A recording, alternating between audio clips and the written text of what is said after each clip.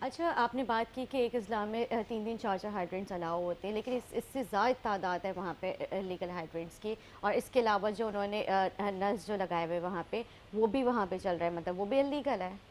بالکل جو انلیگل ہے وہ میں مانتا ہوں انلیگل ہے، اور اس کے خلاف آپریشن ہو رہا ہے، کیونکہ پانی بیسک نیڈ ہے. کراچی کے لوگوں کے علاوہ بھی پورے کوئی بھی دنیا میں کہاں پہ بھی آپ رہائش کریں، پانی تو بیسک نیڈ ہے، اور وہ پہنچانا گورنمنٹ کی ذمہ داری ہے. اور ہماری سندھ گورنمنٹ اس میں اللیگل کنیکشنز یا اللیگل ہائیڈرنس جتنے بھی ہیں ان کے خلاف آپریشن کر رہی ہے. ٹھیک ہے. سندھ کی عوام کو کتنے پانی کی ضرورت ہے؟ سندھ کے عوام کو جتنا آپ پانی دے سکیں کم ہے، کیونکہ سندھ کی جتنی بھی آبادی کاشتکاری کے لحاظ سے بھی اگر آپ کہیں تو وہ بھی بالکل ڈاؤن ہو چکی ہے، صرف اس وجہ سے کہ ہمارے دریا سندھ میں پانی نہیں آ رہا. 30% ایریا جو ہے ہمارا اریگیشن کے قابل ہے سندھ کا، صحیح.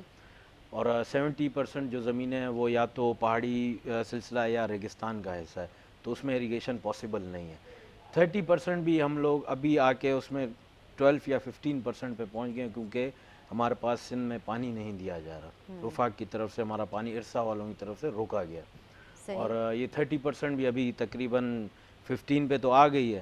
اگر ایسی مہربانیاں ارسا کی طرف سے وفاق کی طرف سے رہیں تو شاید یہ 10-15% بھی ختم ہو جائے ہماری ایگریکلچر. ٹھیک ہے. واٹر بورڈ کی نگرانی سندھ حکومت کا کام ہے، جی. لیکن اس کے باوجود واٹر ایم ڈی جو ہے اپنی منمانیاں کر رہے ہیں. منمانیاں تو نہیں کہہ سکتی ہیں، ان کی بھی کچھ مجبوریاں ہیں، کچھ بجٹس کا بھی ایشو ہے. صحیح. اور وہاں پہ اگر جیسے پانی کے نیو کنیکشنز کے حوالے سے ایم ڈی صاحب کوشش کر رہے ہیں. میں یہ نہیں کہوں گا کہ ایم ڈی بالکل ہی منمانیاں کر رہا ہے، اس لحاظ سے وہ کنٹرول نہیں کر پائے. یہ آپ کی بات صحیح ہے کہ ان سے کنٹرول نہیں ہو سکا، لیکن اپنی طرف سے ایم ڈی اسد اللہ خان صاحب ہیں، میرا رابطہ رہتا ہے ان سے. میرے حلقے میں بھی کافی مسائل تھے، اور کچھ مسائل وہ حل بھی کر چکے ہیں، کچھ ہیں ابھی بھی بہت سارے ایشوز ہیں، لیکن میری بات چل رہی ہے ان سے، اور امید ہے کہ انشاءاللہ ان ایشوز کو بھی ریزالو کیا جائے. انشاءاللہ. نیب نے اس حوالے سے نوٹس لیا ہے، آپ کیا کہیں گے؟ اچھا اقدام ہے. اگر نیب انصاف کے لیے نوٹس لے، عمران خان جیسے نوٹس نہ لے، کیونکہ وہ جس چیز کا بھی نوٹس لیتے ہیں وہ چیز بگڑ جاتی ہے. ٹھیک ہے. تو اللہ کرے کہ نیب کوئی انصاف کے ترازو میں اس چیز کو تولے، اور یہ عوام کی بہتری کے لیے نوٹس ہو، نیب کی بہتری کے لیے نہ ہو، نہ ہی کسی ادارے کی بہتری. یہ عوام کی اگر فیور میں ہوتا ہے تو میں خوش آئند بات ہے. ٹھیک ہے. آپ بات کر رہے ہیں کہ وہ اچھا کام کر رہے ہیں واٹر ایم ڈی، لیکن اس حد تک نہیں کر پا رہے، لیکن اس کے باوجود ایریاز میں انلیگل کنیکشن دے دیے جاتے ہیں، تو اس میں ان کی اپنی غفلت ہے یا ان کی ملی بھگت ہے؟ نہیں، ملی بھگت یا غفلت نہیں کہہ سکوں گا، کیونکہ کراچی ایک بہت بڑا شہر ہے، اور ہر جگہ پہ ایم ڈی خود پہنچ نہیں سکتا ہے، چیک نہیں کر سکتا. ان کے نیچے جو ان کے نیچے جو کام کر رہے ہیں ملازمین، واٹر بورڈ کا جو عملہ ہے، ان کی ملی بھگت ہو سکتی ہے، اور میں سمجھتا ہوں کہ کافی حد تک ہے، کیونکہ بغیر ان کے نالج میں لائے گئے اللیگل کنیکشن بھی نہیں ہو سکتا. اسی اپنی بات کو دہراؤں گا کہ اس کے خلاف ہمارا آپریشن سٹارٹ ہو چکا ہے، اور انشاءاللہ اس میں بہت بہتری آئے گی. ٹھیک ہے. کراچی کی ٹوٹی سڑکیں، جی. اور ساتھ ہی ساتھ آپ کو جیسے معلوم ہے ناظرین، آپ سب لوگ ہی بہت زیادہ پریشان ہیں کہ ابلتے جو گٹر ہے اور سیوریج ملا پانی، یہ سب چیزیں پاکستان پیپلز پارٹی اس کے اوپر کیوں نہیں مطلب اس کو صحیح کر رہی ہے؟ اس کو میں آپ کو کافی سارے پروجیکٹس گنوا سکتا ہوں جو اس میں بہتری لانے کی کوشش کر رہی ہے پاکستان پیپلز پارٹی. اور یہ شہر ہمیشہ ایم کیو ایم کے حوالے رہا ہے، چاہے آپ ان کو بلدیاتی الیکشنز میں بھی دیکھیں تو یہ ایم کیو ایم کے زیر اثر رہا ہے. صحیح. اور پہلے بھی مینڈیٹ جو تھا M P As M N As, چاہے وہ ڈاکہ ڈالا جاتا تھا، عوام کے ووٹ چینج کیے جاتے تو وہ ایم کیو ایم کے ہی M P As M N As آتے تھے. گورنمنٹ تو آپ لوگ کی تھی نا؟ گورنمنٹ ہماری آئی ہے، الحمدللہ آئی ہے، اور اس پہ بہتری کی طرف جا رہا ہے، بدتری کی طرف نہیں جا رہا، بہتری کی طرف ماحول جا رہا ہے. آپ کہیں بھی کسی بھی ڈسٹرکٹ میں دیکھ لیں تو پاکستان پیپلز پارٹی کا کوئی نہ کوئی پروجیکٹ آپ کو نظر آئے گا جو چل رہا ہے، آن گوئنگ ہے یا کمپلیٹ ہو چکا ہے. ٹھیک ہے. سارے ڈسٹرکٹس میں الحمدللہ پاکستان پیپلز پارٹی کام کر رہی ہے، جہاں ہمارے M P As M N As ہیں یا نہیں ہیں. ٹھیک ہے. لیکن پھر بھی مجھے اس طرح کی کوئی بہتری نہیں نظر آ رہی ہے. بہتری آپ کو اس لیے نظر نہیں آ رہی ہے کہ میں ابھی ایم پی اے بنا ہوں، اور 2 سال میرے والد صاحب رہے تھے، لاسٹ ایئر ان کا انتقال ہوا ہے، 3را سال ہے اس گورنمنٹ کو، اور وفاق نے ہمارا جتنا ہی بجٹ ہے وہ روکا ہوا ہے. ٹھیک ہے اب ڈیولپمنٹ فنڈ ہی ہمیں نہیں ملے گا, بجٹ ہی ہمیں نہیں ملے گا, تو ہم اپنے جو کم وسائل ہیں ان سے کتنا کام کروا سکیں. صحیح. پھر بھی سندھ گورنمنٹ اپنی کوشش کر رہی ہے, جتنا جو لمیٹڈ فنڈز ہمارے پاس اویلیبل ہیں اس میں تھوڑا بہت کام چل رہا ہے. لیکن میں آپ کے ٹی وی چینل کے توسل سے یہی ریکویسٹ کروں گا کہ خدا را عمران خان صاحب اپنے کراچی کو, سندھ کو اپنا حصہ مانیں, جیسے وہ اپنی تقریر میں کر چکے ہیں اظہار کہ سندھ ہمارا حصہ نہیں ہے, تو وہ مینٹلٹی ان کو چینج کریں. آپ دیکھیں گی پی ٹی آئی کے ایم این ایز جو یہاں سے کراچی سے بھی الیکٹڈ ہیں ان کو بھی فنڈ الاٹ ہو چکا ہے. صحیح. 45 سے 50 کروڑ روپے کا فی M N A P T I کو فنڈ الاٹ ہوا. ہمارے حلقے میں بھی کیپٹن جمیل ہیں, ان کو فنڈ الاٹ ہوا ہے. اس لحاظ سے کام تو نہیں ہوئے لیکن چلو کچھ نہ کچھ ہوا ہے. نہیں, تو کافی وہ بہتر انہوں نے کام کیا ہے, میں دیکھتی رہتی ہوں ان کی اور کارکردگی. تو ان کی کارکردگی آپ کو نظر آ رہی ہے, پیپلز پارٹی خیر کیونکہ نظر نہیں پیپلز آ رہی پارٹی ہے کی آپ کافی کو. ٹائم سے حکومت ہے. آپ بات صحیح. کریں گے 2 سال آپ کے والد کو ہوئے جی تھے, جی لیکن اس سے پہلے جو آپ کی حکومت ہے, آپ کی حکومت میں کام اس طرح سے نہیں کیا گیا. ابھی پی ٹی آئی کو موقع ملا ہے تو پی ٹی آئی ابھی تھوڑا بہت کام کرتی ہوئی نظر آ رہی ہے.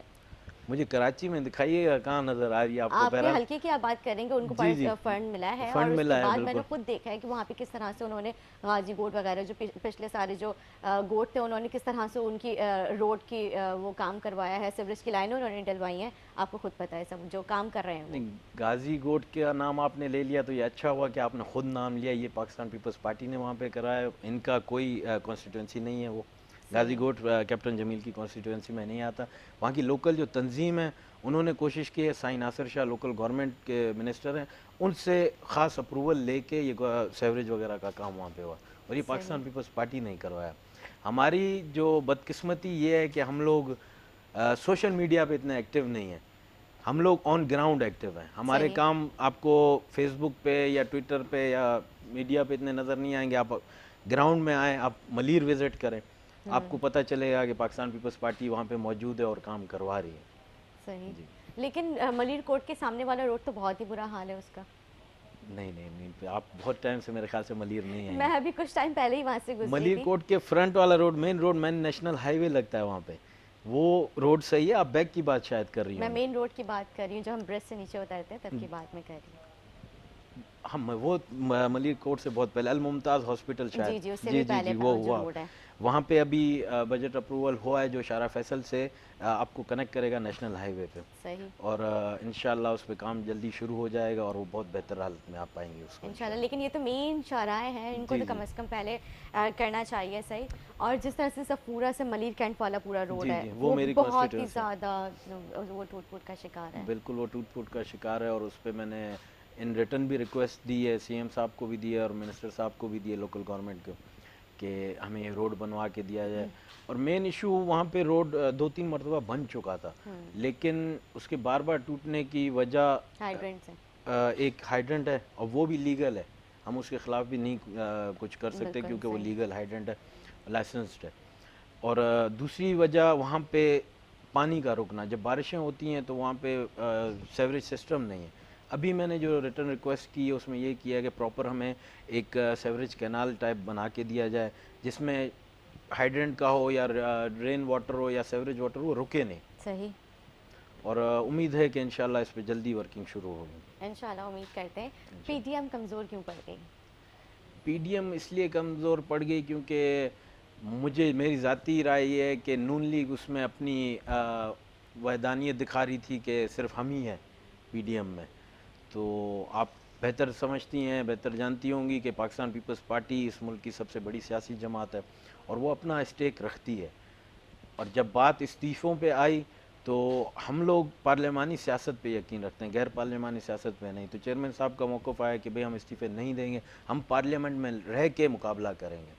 اسی بات پہ کمزوری آ گئی اور ان لوگوں نے یہ سمجھا کہ ہم جو حکم دیں گے وہ مانا جائے گا, لیکن پیپلز پارٹی کسی کا حکم نہیں مانتی, وہ اپنے فیصلے خود کرتی. صحیح. سندھ میں بلدیاتی انتخابات کب ہونے جا رہے ہیں؟ مجھے جو رپورٹ ہے کچھ مہینوں میں نوٹیفیکیشن نکلنے والا ہے, کیونکہ ڈی لیمیٹیشنز کا نوٹیفیکیشن نکل چکا ہے کینٹونمنٹ بورڈز کی ایریاز میں, اور کینٹونمنٹ بورڈز کے بعد دوسری جو یو سیز ہیں ان کی ڈی لیمیٹیشن ہوگی, اس کے بعد اعلان ہو جائے گا. اندازاً 3 سے 4 مہینے میں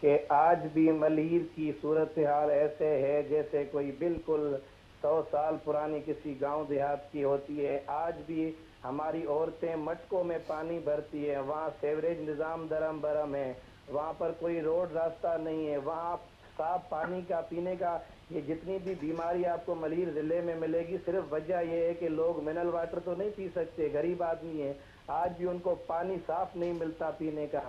آخر ایسا ملیر کے ساتھ کیوں کیا ہوا ہے انہوں نے؟ مجھے اس سوال کا جواب دیں.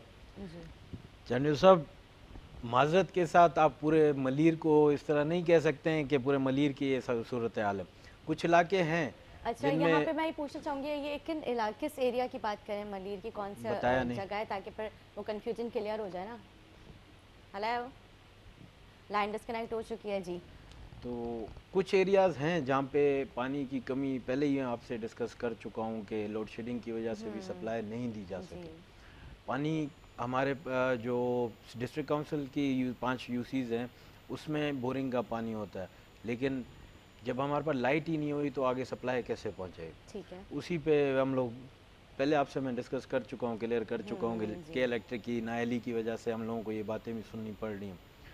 اور سیوریج کے ایشوز پہ بھی ہم لوگ ڈسکس کر چکے ہیں کہ میری MD صاحب سے ملاقاتیں ہوئی ہیں, اور بجٹ کا ایشو آ رہا ہے, وہاں پہ بھی وہی بات گھما پھرا کے وفاق کہ بھئی بجٹ ہمارا دیں گی تو آگے ہم لوگ کچھ کام کر پائیں گے.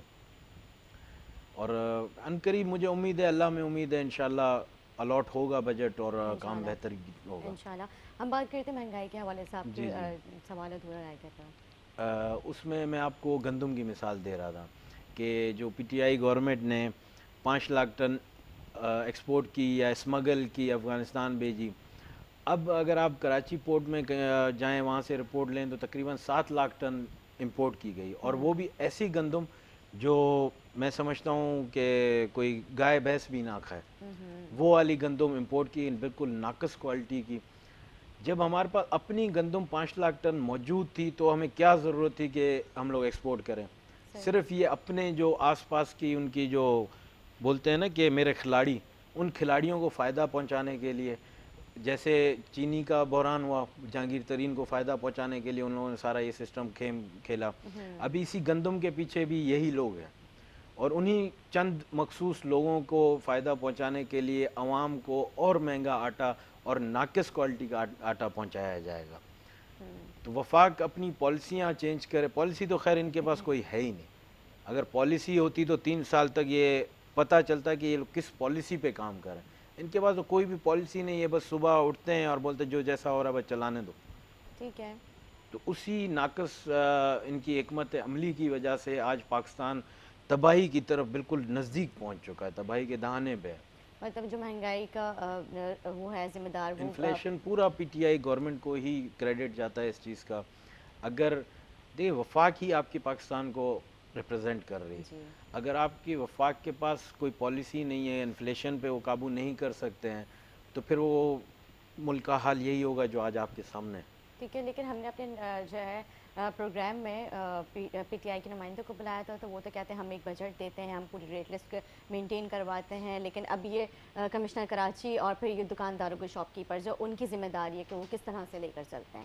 اس میں پاکستان پیپلز پارٹی کا کوئی کردار نہیں ہے کہ آپ لوگ کمشنر کراچی سے سوال کریں کہ یہ کیا معاملہ چل رہا ہے؟ دیکھ, کمشنر کراچی اپنے طرز پہ کام کر رہا ہے, لیکن جب ایک چیز دکاندار کو ہی مہنگی مل رہی ہے اس نے تو آگے مہنگی ہی بیچنی ہے.